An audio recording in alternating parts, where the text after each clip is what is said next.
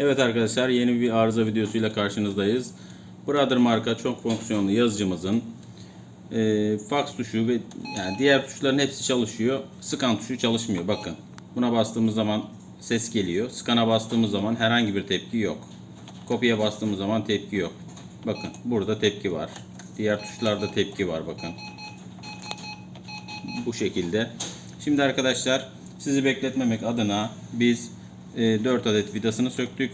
Buradaki tırnaklarını kaldırdık. Bu ön panelimizin bir kablosu mevcut. Bu kabloyu böyle çok fazla incitmeden sağa sola oynatarak çıkarıyoruz. Evet arkadaşlar. Burası tamamen tırnaklı, vidasız bir yapı. Tırnaklardan kurtardık devremizi. Şurada da geçmeli bir tırnak var. Orayı da söktük. Şimdi arkadaşlar, normal bildiğimiz bir öğrenci silgisiyle bu butonları silmemiz gerekiyor. Butonlar üzerinde oksitlenme oluşuyor. Ondan dolayı çalışmıyor. Bu video daha sonra şu şekilde işinize yarar.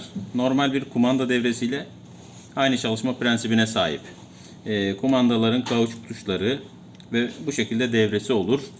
Bunu güzel bir şekilde sildiğimiz zaman arkadaşlar, bazen bu kauçuğu da silmek gerekebiliyor. Bunları da silip temizlemek gerekebilir arkadaşlar. Bunları da uygulayacağız. Daha sonrasında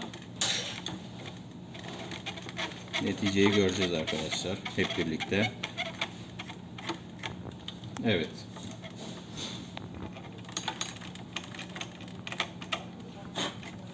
Evet arkadaşlar. Şimdi arkadaşlar, diş fırçası ve alkol yardımıyla da temizlik solüsyonu yardımıyla da temizleyebilirsiniz. Ev ortamında bulunabilecek malzemelerle tamiri anlatmayı amaçlıyoruz. Şimdi arkadaşlar, sildiğimiz ürünü, evet arkadaşlar, temizlik işlemi bittikten sonra bu yazıcımızı topluyoruz. Tırnakları oturtturalım. Soketimizi bağlayalım. Görüldüğü üzere gayet hızlı. Şimdi deneyeceğiz arkadaşlar. Deneme aşamasına geldik. Kablomuz takılı. Kapatıp yeniden açalım.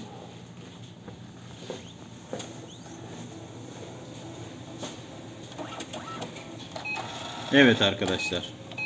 Evet, scan lambası da yandı arkadaşlar. İzlediğiniz için teşekkürler. Beğeni ve yorumlarınızı bekliyorum.